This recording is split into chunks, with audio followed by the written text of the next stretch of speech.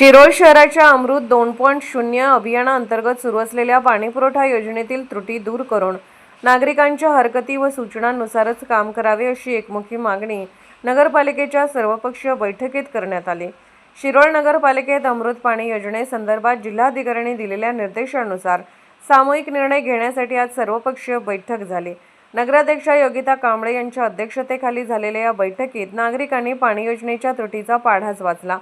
बैठकीत प्रकल्प व्यवस्थापन सल्लागार बदलणे, तहसील कार्यालयाजवळील झुकलेला जलकुंभ पुन्हा बांधणे, मुख्य पाईपलाईन सरळ रेषेत टाकणे, दर्जेदार पाईपचा वापर करणे आणि योजनेसाठी पालिकेने कर्ज काढू नये अशा प्रमुख मागण्या नागरिकांनी मांडल्या। उपनगराध्यक्ष पृथ्वीराज सिंह यादव यांनी नागरिकांच्या हरकतीचा विचार करूनच योजना पूर्ण केली जाईल, एकही रुपयाचा भ्रष्टाचार होणार नाही आणि योजनेसाठी पालिका कर्ज काढणार नाही अशी ग्वाही दिली।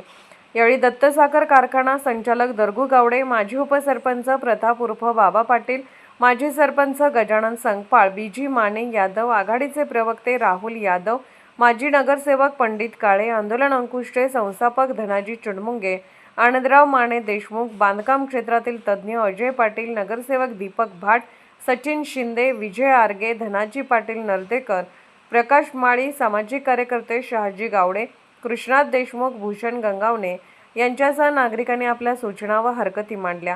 यावेळी मुख्याधिकारी निशिकांत प्रचंडराव, सर्व नगरसेवक, नगरसेविका, पाणी योजनेचे ठेकेदार, पालिकेचे अधिकारी, सामाजिक कार्यकर्ते, नागरिक मोठ्या संख्येने उपस्थित होते।